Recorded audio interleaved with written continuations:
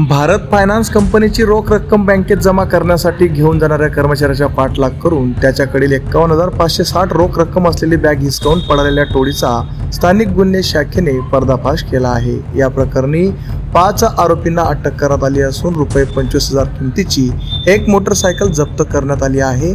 2 आरोपी अद्यापही फरार असून त्यांचा शोध सुरू आहे। या प्रकरणात बडगाव पोलीस ठाण्यात गुन्हा दाखल झाल्यानंतर स्थानिक गुन्हे शाखे जळगावने समांतर तपास सुरू केला। तांत्रिक विश्लेषण, गोपनीय माहिती आणि स्थानिक तपासाच्या आधारे आरोपींचा माग काढण्यात आला। तपासात भारत फायनान्स कंपनीत काम केलेला उदय गायकवाड राहणार अनकवाडी धुळे याने कंपनीतील पैशांच्या वाहतुकीची माहिती साथीदारांना देत चोरीचा कट रचल्याचे निष्पन्न झाले। त्यानुसार अनिल पाटील राहणार पळासखेडे तालुका बडगाव, विशाल गांगुर्डे राहणार धुळे, निलेश पवार राहणार अनकवाडी धुळे व योगेश पवार राहणार अनकवाडी धुळे तसेच इतर साथीदारांनी 2 मोटरसायकलींवरून कर्मचाऱ्याचा पाठलाग केला। संधी साधून त्याच्याकडील रोख रकमेची बॅग हिसकावून आरोपी घटनास्थळावरून पसार झाले। तपासादरम्यान आरोपींनी गुन्ह्याची कबुली दिल्याचे जळगाव पोलिसातील सांगितले।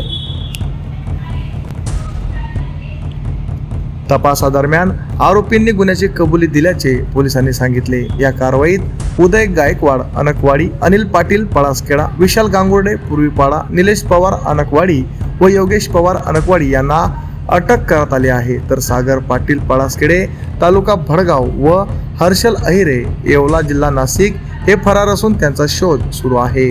अटक आरोपींना पुढील कायदेशीर कारवाईसाठी बडगाव पोलिसांच्या ताब्यात देण्यात आले असून पुढील तपास सुरू आहे। एक बॅग चोरीचा गुन्हा दाखल झाला होता 10 तारखेला। त्याच्यामध्ये यश हिरामण भटकर याची बॅग थेफ्ट म्हणजे आता हा दरोडाच आहे ॲक्च्युली। याच्यामध्ये 5 आरोपींना आपण अटक केलेला आहे।